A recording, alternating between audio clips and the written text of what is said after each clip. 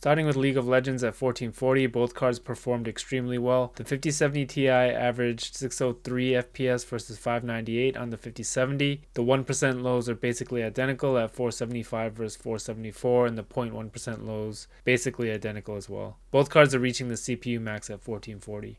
In 4K, the 5070 Ti pulls ahead slightly. The average FPS is 565 versus 542, a 4% gain. 1% lows improved by about 5%, and 0.1% lows by about 2.5%. It's a small bump, but again, both cards are running LOL effortlessly in both resolutions. In CS2 and 1440, the 5070 Ti shows a more meaningful uplift. The average FPS is 308 versus 266. That's about a 15.8% boost. 1% lows improved by 8.7%, and 0.1% lows by 12.6%.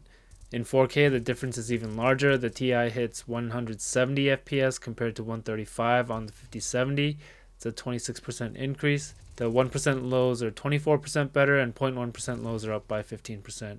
In the Hunt Showdown in 1440, the 5070 Ti averaged 92 FPS versus 68. On the 5070, that's a 35% increase. The 1% and 0.1% lows are over 34% better as well. This game had the most significant difference between the two. The game felt much smoother on the Ti. In 4K, the Ti maintains its lead, 54 FPS versus 41, a 32% bump. 1% lows jump by nearly 29%, and 0.1% lows a huge 54%. In this title, the 5070 Ti genuinely offers a better experience. In Marvel Rivals in 1440 Ultra, the Ti hits 86 FPS versus 76 on the 5070. That's a 13% uplift. 1% lows improved by 18.5%, and 0.1% lows by 22%. Clear win for the Ti here, but the 5070 is still very capable. In 4K, the gap widens again. The Ti averages 54 versus 45, a 20% increase. 1% lows are actually 55.6% better, and 0.1% lows are up by 29.4%.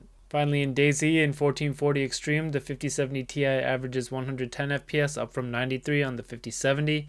That's an 18% boost. 1% lows are up by around 11%, and 0.1% lows are up by around 15%. In 4K, the 5070 Ti holds a small lead at 54 versus 48 on the 5070. It's about 13% more. 1% lows are up by about 12%, and 0.1% lows are up by about 7.5%.